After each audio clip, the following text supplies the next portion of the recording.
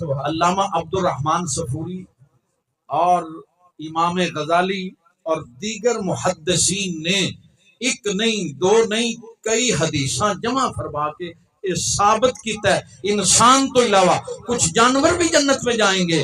حضرت سلیمان علیہ السلام دے نال جس چونٹی نے گل کی تھی وہ جنت جائے گی، جدے نا تے سورت نمل ہے، چونٹی والی سورت۔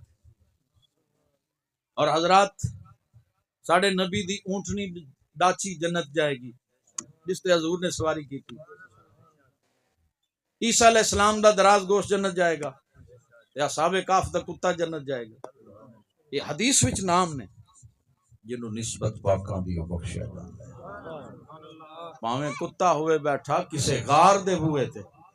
اس واسطے میرے دوست نسبت اج سارا زور اسے گلتے لگیا ہے کہ صرف عمل صرف عمل صرف عمل تے نسبت والوں حضرات سارا زور اس بات تے لگیا کہ ختم ہو جائے نسبت، انہاں پاکاں دی نسبت ختم کر دیو، انہاں دی اہمیت ختم کر دیو۔